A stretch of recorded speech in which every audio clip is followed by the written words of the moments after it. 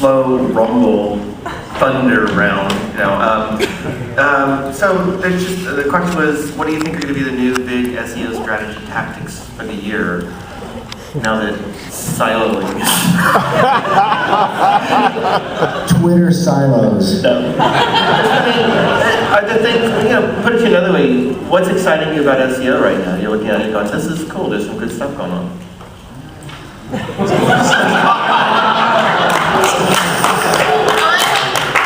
I'm super excited. I'm spending a lot of my time looking at all the data that we have now and trying to figure out who are the people who are actually searching for your stuff and how can you build a better experience for them. Because I think that there's so much data that never used to be available before from the search engines and from all kinds of places that I think there's lots of exciting stuff. I mean, there's a lot of, from a more of the marketing, but as far as like tactical SEO, it's still on page, still link building, it's still viral, whatever, get the links. I mean, but what you do with the visitor, once you have them, using that data is cool. There's a lot more stuff.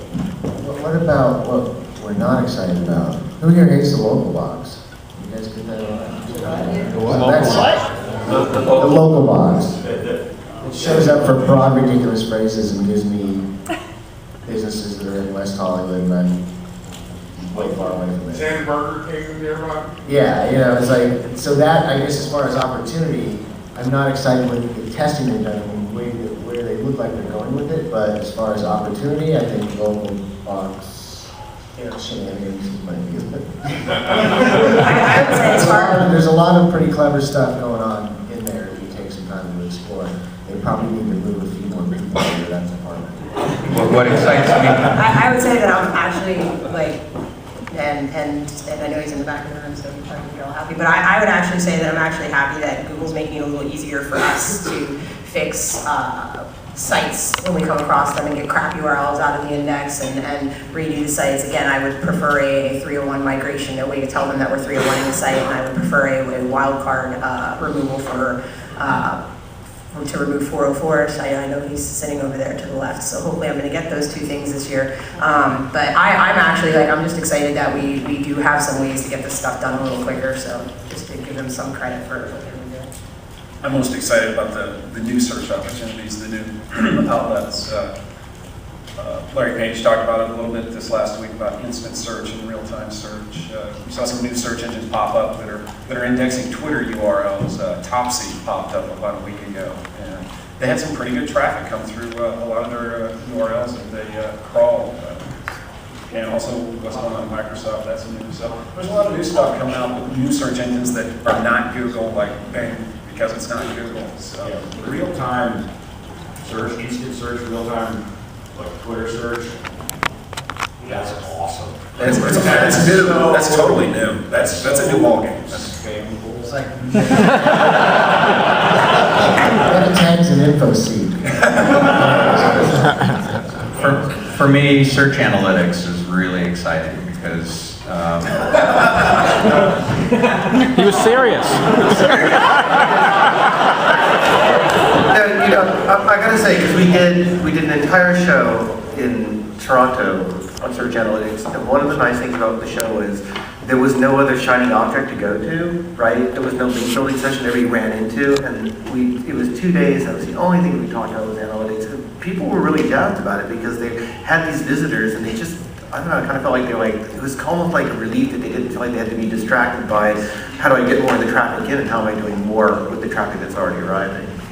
be able to connect keyword potential with your conversions, to be able to see the top performing keywords on one engine that are non-performing on another. To see ROI for keywords that you haven't actually gotten traffic for yet. The revenue potential and the ROI potential based on a cost analysis of, based on some proxies of what the cost could be based on paid search competitiveness. There's some really cool stuff out there. I think that one of the things that is going to impact everybody is the fact that there's all sorts of new forms of content that are now able to be indexed. There's video, there's MP3s, there's other things that collectively are content that should be added to everybody's website. I think there's going to be a ripple effect of that over the next year.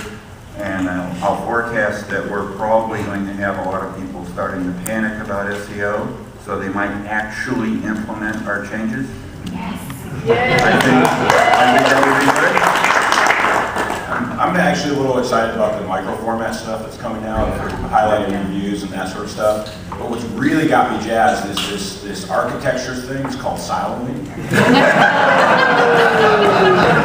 And with It's a new thing. And with that, I'll wrap up too. I mean, kind of what Greg was saying, local, you know, it's just fascinating how more opportunities you have to get into, say, the Google pages. Blog search results, I see them all the time at the bottom of Google search results, and if you're blogging, you can be there. And you can be there for competitive terms, for that kind of rocks. Twitter search is fascinating to me as well.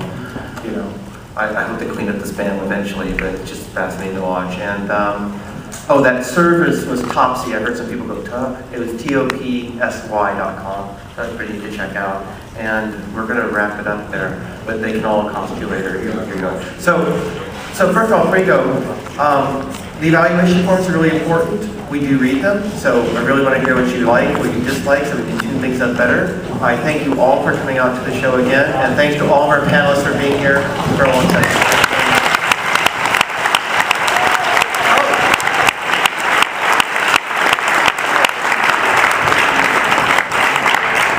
And the SEO and beer thing is at what time? 4:30, right across the hall.